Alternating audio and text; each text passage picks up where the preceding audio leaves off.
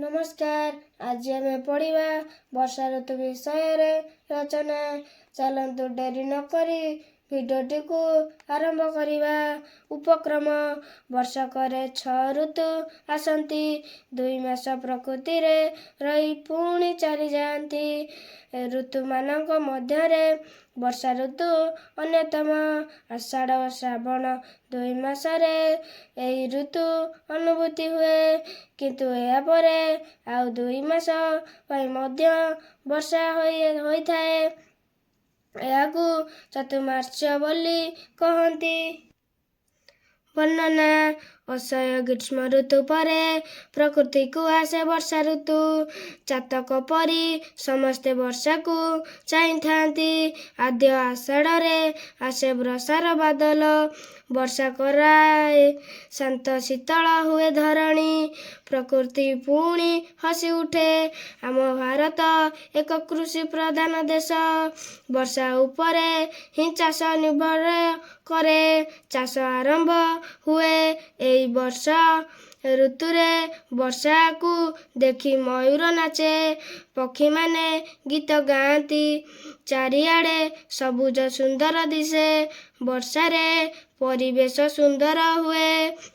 वर्षा ऋतुरे प्रकृति को शोभा वृद्धि पाए।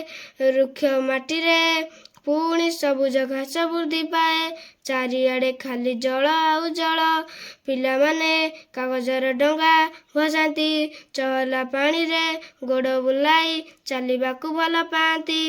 केई वर्षा जल रे भिजिबाकू भल पाती। भिन्न प्रकार पनीपरिबा और फसल करा जाए। लाल रंगर साधव बहु पोको सागुआ घास रे चली आहुरी सुंदर करी दिए प्रकृति को। चाषी मानकर आनंद कहिले न सरे।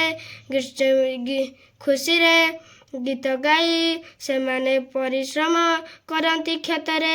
एही ऋतुरे अनेक फूल फुटे। पृथ्वी शीतल हुए। अधिक विद्युत शक्ति उत्पादित हुए। कार्यकारिता वर्षा ऋतुरे अधिक वर्षा हुए। नदी रे बन्या आसे। बेले बेले झड़ी वर्षा हुए। झड़ बात्या मध्य हुए। एथिरे लघुचाप सृष्टि होई अधिक वर्षा और पवन कराए। बहु क्षति घटे। गरीब लोक माने दुख भोगंती। झड़ बात्यारे घर चाल उड़ी जाए।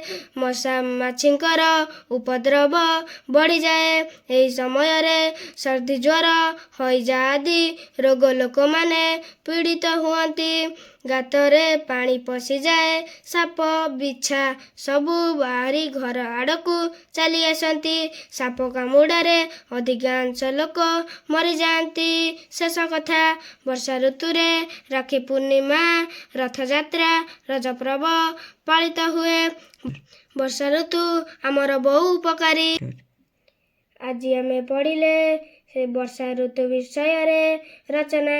रचनाटी भल लागिथिले वीडियो को प्लीज लाइक और सब्सक्राइब करंतु।